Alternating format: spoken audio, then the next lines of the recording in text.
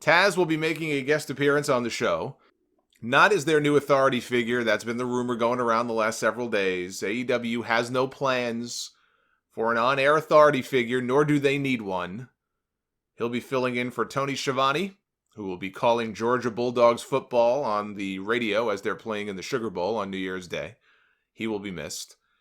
Jon Moxley will be in action against Trent Beretta, and he'll also I believe he'll respond to Chris Jericho's offer to join the Inner Circle, and Jericho has promised some sort of surprise for Moxley. It better be a bill for $15,000 for that light bright jacket that Moxley destroyed. Then the two of them can share a flight to Tokyo, because they have to fly out for Wrestle Kingdom. MJF will reveal his stipulations for a match with Cody Rhodes. Cody takes on Darby Allin. Dustin Rhodes takes on Sammy Guevara. And Kenny Omega will team with the Young Bucks to take on Pac and the Lucha Bros. Riho was to have defended her AEW women's title against Kris Statlander, who is undefeated and number one in their women's rankings, until Friday, when AEW announced that due to prior commitments, Statlander will not be in Jacksonville to face Riho for the championship. That prior commitment is for Joey Ryan at a bar wrestling event in Los Angeles, which AEW evidently was not aware of until after she had already signed and they had already announced the title match. Tony Khan said, rather than force Kris to choose between her title shot or keeping her word on a commitment that she made before signing here, we are allowing her to do both.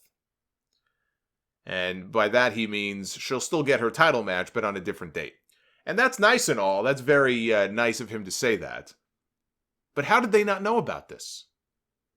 Statlander was retweeting bar wrestling tweets a few days before, advertising her match. So it's not like this was some kind of state secret or something. But if she didn't inform AEW about the date, that's on her. She has to let them know so they can avoid any conflicts like this. You know, she beat Britt Baker on the last live Dynamite that they did on December 18th. Okay, and on that same show, later on that same night, they made the announcement that she was going to get a championship match on New Year's Day against Riho. And an entire week, a week plus, went by. She obviously knew about it. And it makes AEW look bad now. Although I do appreciate them being honest about the situation. At least they didn't try to bullshit us.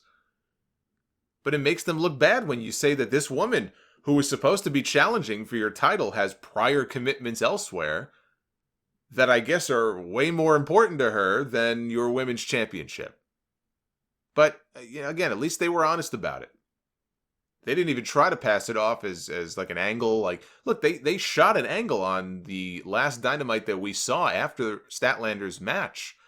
There was a high heel shoe attack by Brandy Rhodes. She took a high heel shoe to Kris Statlander's eyeball.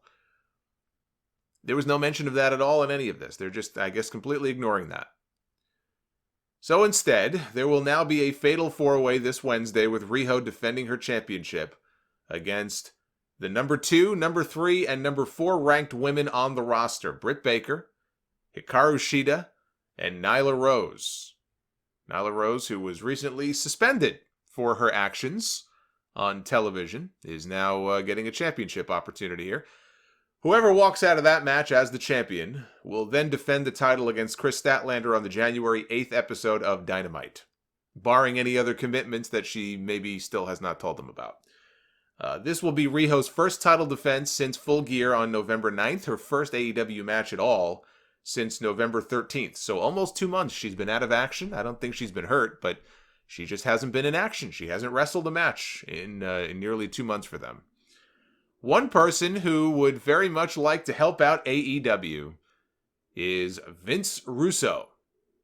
Maybe he can work with their talent to make sure they're not double booked in the future.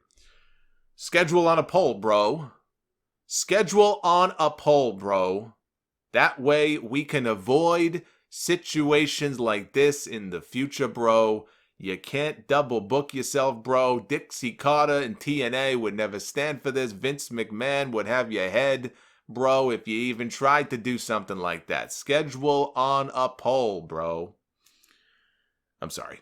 He tweeted last week Russo did, that he wants to be part of the solution and not the problem. He said, I just followed at Tony Khan and at Cody Rhodes to see if they're interested in free advice from someone who is very successful at doing what they are trying to do. Not interested in a job, he says, just the health of the business. 3 days later, he said, yet to get a response.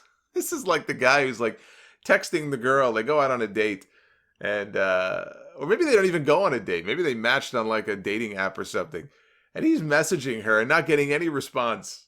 So he says, 3 days later, he says, yet to get a response. Invite still open to Cody Rhodes and Tony Khan.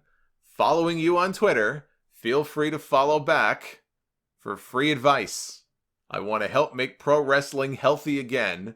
Not interested in a job, just trying to do the right thing. Offer expires December 31st. Now, if you got an unsolicited tweet from someone saying, follow back for free advice, offer expires 12/31, you would do what Cody Rhodes and Tony Khan have probably already done, which is why they haven't responded, and you would mute that person.